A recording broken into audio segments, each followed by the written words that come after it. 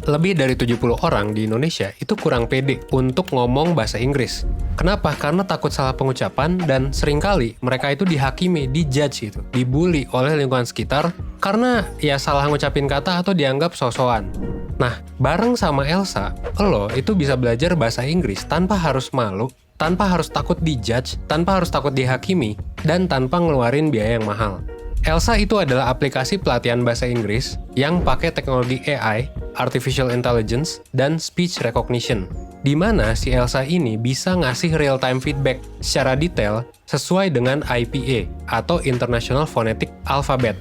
Atau dengan kata lain, si Elsa ini itu bisa ngasih tahu lo tentang lo bener atau enggak sih ketika lo ngomong bahasa Inggris. Nah, Elsa itu punya initial placement test buat nentuin proficiency level lo, dan Elsa juga akan secara otomatis ngebuat customized learning plan sesuai dengan hasil tes lo. Di Elsa, lo juga bisa belajar pronunciation skills, dari mulai pronunciation, word stress, intonation, conversation, dan listening. Di mana hasil penggunaan Elsa setelah 3 bulan, orang itu 95% orang jadi lebih percaya diri, dan 90% orang improve pronunciation-nya, dan 68% itu berbicara dengan lebih fasih. Oke? Kurikulum Elsa juga didesain langsung oleh speech scientist, jadi lo nggak perlu bingung harus belajar dari mana, karena Elsa bakal ngasih target setiap harinya buat lo untuk belajar.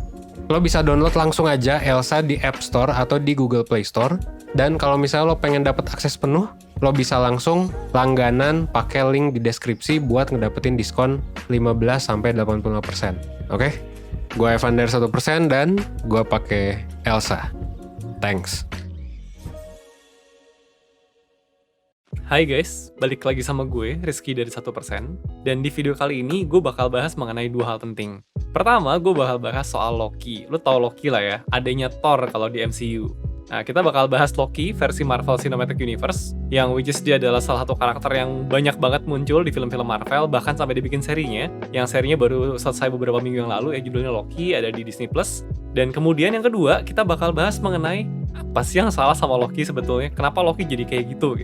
Ada sebuah fenomena psikologis yang sebetulnya sangat-sangat lekat dengan Loki, dan kita bakal bahas mengenai hal tersebut.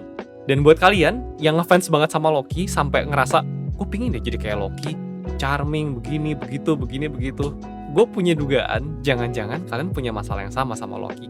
Jadi tonton video sampai habis, karena kita bakal bahas semuanya, oke?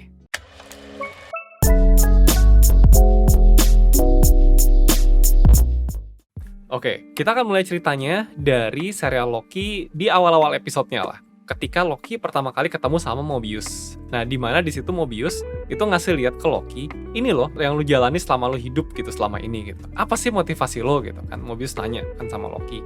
Nah, di titik itu sebetulnya Loki itu udah beberapa kali kan jadi tokoh jahat di MCU gitu kan. Di Thor yang pertama dia jadi penjahat gitu. Di Avengers yang pertama dia jadi penjahat, dia pingin nguasain dunia. Dia pingin semua umat manusia itu tunduk sama dia. Dia sih pasti tuh ngomongnya beda gitu. Dia ngomongnya, gue mau ngasih kebebasan buat umat manusia. Kebebasan dari kebebasan. Terus di-challenge lagi kan sama Mobius kan, emang iya itu motivasi lo gitu kan. Nah, ketika Loki dihadapkan dengan kenyataan mengenai apa yang dia lakukan sepanjang hidupnya, Mobius tuh sebetulnya menggambarkan bahwa Loki adalah orang yang sangat-sangat pingin untuk merasa superior. Dan Loki actually bilang iya gitu, dia emang pingin merasa superior dibandingkan dengan yang lain. Yang menarik adalah, ini adalah sebuah fenomena psikologis yang cukup umum. Namanya superiority complex. Superiority complex adalah masalah dari orang-orang yang selalu pingin menjadi orang paling superior dan dibandingkan orang-orang sekitarnya. Kalau udah parah banget, jadi kayak Loki tuh. Dia pinginnya jadi superior di antara seluruh manusia di dunia gitu. Tapi kita tanpa sadar ya, kita ngeliat orang-orang sekitar kita yang selalu aja berusaha dengan berbagai cara. Kalau Loki caranya mungkin ada yang jahat gitu ya, tapi ada juga yang caranya mungkin nggak selalu jahat kayak Loki gitu. Ada yang benar-benar berusaha simply karena pingin menjadi superior di antara orang-orang sekitarnya. Nah, kalian kenal nggak orang-orang kayak gitu? Atau jangan-jangan kalian sendiri gitu, orang-orang yang rasa kayak gue pingin terlihat keren, gue pingin paling pinter, paling keren, paling sukses, paling apa gitu di antara orang-orang sekitar gue. Nah, fenomena superiority complex ini sebetulnya menurut Alfred Adler, seorang ahli psikologi yang jago banget masalah gini-ginian, adalah sebuah defense mechanism alias mekanisme pertahanan diri ketika seseorang itu punya sebuah rasa inferior yang sangat-sangat besar di dalam dirinya. Tadi kalau rasa superior itu adalah merasa besar gitu ya, inferior sebaliknya, merasa diri ini sebetulnya cupu gitu loh. merasa diri itu sebenarnya kayak rendah, nggak layak, cupu, nggak keren.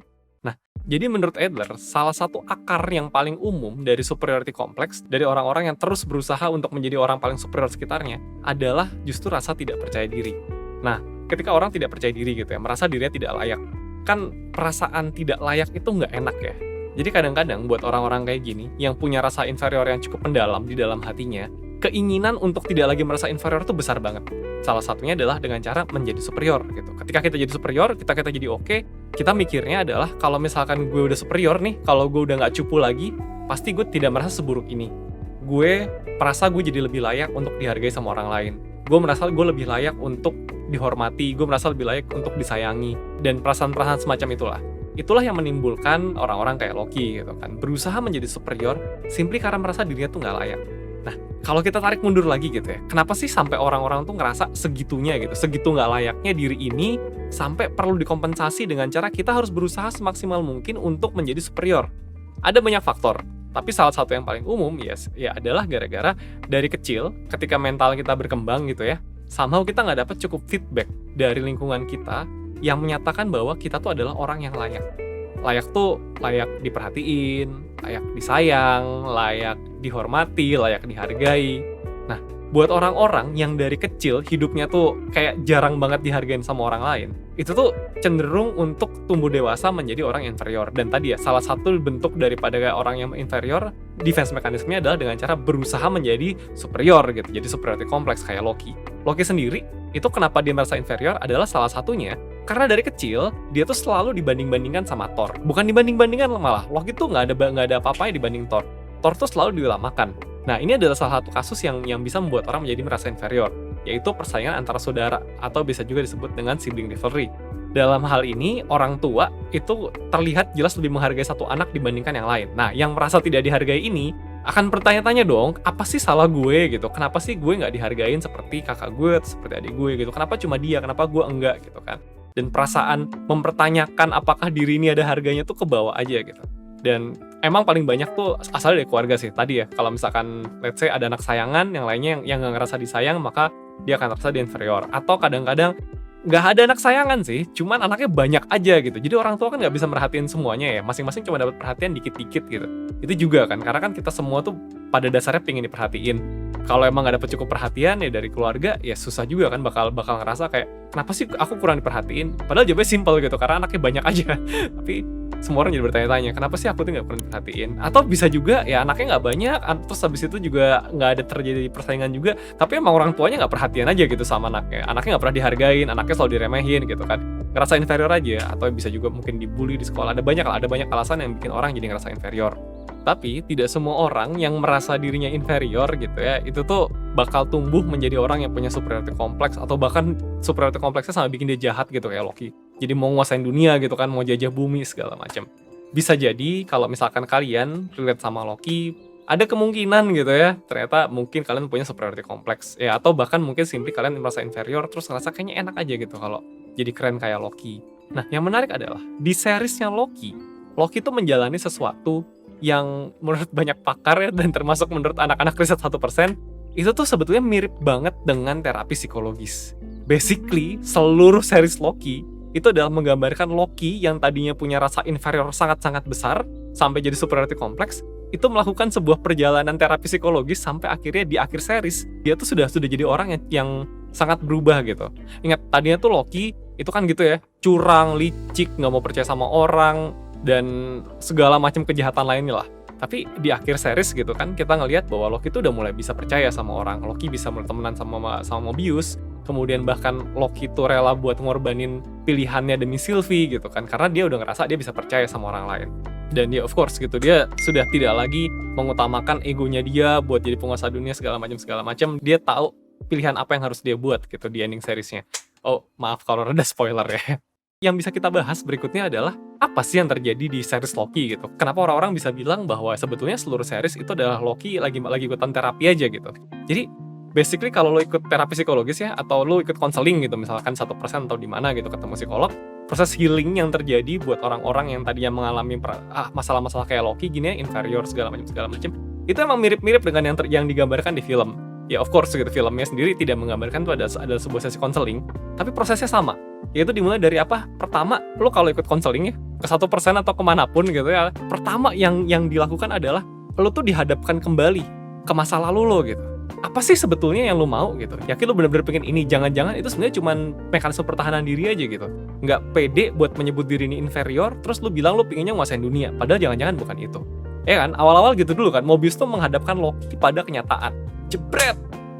Wah, lu tuh bukan pengen superior, lu tuh inferior gitu kan. Sampai ya udah Loki down banget kan di situ kan. Setelah itu, setelah semua dijelaskan, setelah dihadapkan pada kenyataan, udah kan Loki tuh udah bisa mulai nerima kenyataan. Dia selalu nyebut-nyebut ke Sylvie atau ke orang lain bahwa oh ya gue tuh sebetulnya diam-diam gue adalah orang kesepian gitu kan. Gue ngerasa begini, gue ngerasa begitu. Yang padahal tadi dia selalu bilang, "Oh, gue tuh keren, gue tuh gini segala macam."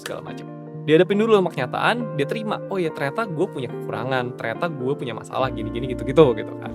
Nah, kemudian setelah udah berhasil nih didefinisikan ulang hidupnya, yang Loki lakukan berikutnya adalah belajar lagi dari awal. Salah satu masalah Loki itu adalah rasa percaya sebetulnya, bukan cuma percaya diri doang, tapi rasa percaya, karena dari kecil kan dia dibohongin kan sama orang tuanya kan. Ternyata dia anak angkat lah segala macam. Dan actually sepanjang film itu basically Loki tuh belajar ulang buat percaya. Emang dia cuma ngebangun hubungan sama dua orang, sama Mobius sama Sylvie. Tapi tema kepercayaan tuh besar banget di film itu. Dan itu yang actually mau ditunjukin gitu. Loki tuh belajar buat bisa mulai percaya sama orang. Percaya bahwa kalau misalkan dia bisa dekat sama orang itu nggak selalu kok jahatin dia. Orang itu nggak selalu kok bakal ngejudge dia gitu. Dan actually bisa dilihat berhasil gitu kan. Loki sama Sylvie tuh mulai dari background yang sama, tapi Loki itu pernah ketemu Mobius, kemudian Mobius itu nunjukin bahwa ini loh kenyataan lo gitu. Sylvie nggak pernah ngalamin itu. Dan di ending kelihatan gitu kan, pas di episode terakhir, Loki itu bisa berubah jadi orang berbeda. Sementara Sylvie tetap dengan segala masalahnya. Nah, jadi buat kalian yang dari tadi gue cerita mengenai inferiority dan superiority complex, ngerasa relate banget, oh ini kayak gue banget anjir, gue masalah gue gitu. It's okay. Yang dikasih lihat di series Loki itu bukan sesuatu yang benar-benar fiksi gitu. Di dunia nyata pun seperti itu. Kalau lu punya masalah gitu ya, masalah inferiority atau masalah apapun yang udah mendekam di dalam hati lu dari lu kecil, itu nggak berarti harus seperti itu selamanya. Kalau emang lu butuh, gue sangat merekomendasikan buat lu mulai ikut terapi. Konseling aja dulu gitu. Di 1% ada, lu tinggal cek 1%.net, di situ kita ada konseling. Konseling aja dulu. Dimulai dulu supaya dibantuin buat terima kenyataan apa sih yang terjadi sebetulnya, masalah apa sih sebetulnya yang lo alami. Terus ya udah, nanti pelan-pelan dijalanin gitu. Belajar ulang dari awal. It's okay, nggak ada kata terlambat buat mulai. Kalaupun kayak Loki ya udah tua gitu kan, tiba-tiba baru disadarin, oh lu tuh ternyata begini gitu kan. Ternyata progresnya bagus-bagus aja. Ya film sih gitu kan. Di dunia nyata mungkin lebih lama dibandingkan itu. Cuman still, progress ya progress gitu kan. Gak ada kata terlambat kok. Jadi buat kalian yang relate banget sama Loki, yang berjuang dengan segala rasa inferior dalam diri, gue harap kalian bisa keluar dari segala perasaan gak enak itu secepatnya ya. Ya udah, segitu dari gue Rizky di 1%. Bye!